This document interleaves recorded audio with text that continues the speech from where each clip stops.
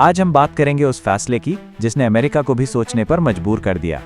भारत ने अमेरिका को साफ कह दिया है, अगर आप हमारी कंपनियों पर टैक्स लगाते रहेंगे तो हम भी आपकी कंपनियों पर टैक्स लगाएंगे। अब ये बात छोटी नहीं है। अमेरिका की बड़ी बड़ी टेक कंपनियां जैसे गूगल, फेसबुक, अमेजन, ये सब भारत में खूब पैसा कमाती हैं।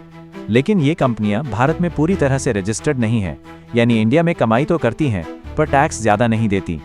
इसीलिए भारत ने 2016 में एक टैक्स लगाया जिसे कहते हैं डिजिटल सर्विस टैक्स या इक्वलाइजेशन लेवी। इससे भारत को हर साल करीब 3,500 करोड़ रुपए मिलते हैं। अमेरिका ने कहा, आप हमारी कंपनियों से ये टैक्स हटा दो, हम भी आपके सामान पर जो टैरिफ लगाते हैं वो हटाने पर सोचेंगे। भारत ने पहले तो माना, लेकिन अब जब अमेरिका ने साफ कह दिया कि वो अपने टैक्स नहीं हटाएगा, तो भारत ने भी कहा हम भी अपना टैक्स नहीं हटाएंगे। देखिए दोस्तों, अगर भारत अमेरिका की बात मान लेता तो बाकी देश भी मान जाते, यानी अमेरिका की कंपनियां पूरी दुनिया में टैक्स से बच जाती। लेकिन भारत ने एक मिसाल पेश की है कि अब हम दबाव में नहीं आने वाले। ये सिर्फ टैक्स की बात नहीं है, ये बात है आत्मसम्मान की, आत्मनिर्भरता की।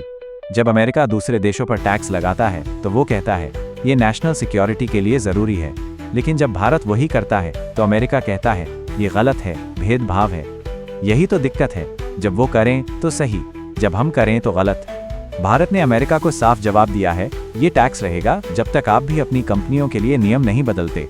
और ये कोई गुस्से वाला फैसला नहीं है, ये है समझदारी वाला फैसला। टैक्स लगाना भारत का अधिकार है, ये किसी ट्रेड डील का हिस्सा नहीं है। दोस्तों, भारत अब पहले जैसा नहीं रहा। अब जब कोई देश दबाव डालता है तो हम सिर झुकाकर नहीं, आंख में आंख डालकर बात करते हैं। ये जो फैसला लिया गया है वो दिखाता है कि भारत अब सिर्फ सुनता नहीं, जवाब भी देना जानता है। आपको क्या लगता है, क्या भारत ने सही फैसला लिया? अपनी राय कमेंट में जरूर बताइए।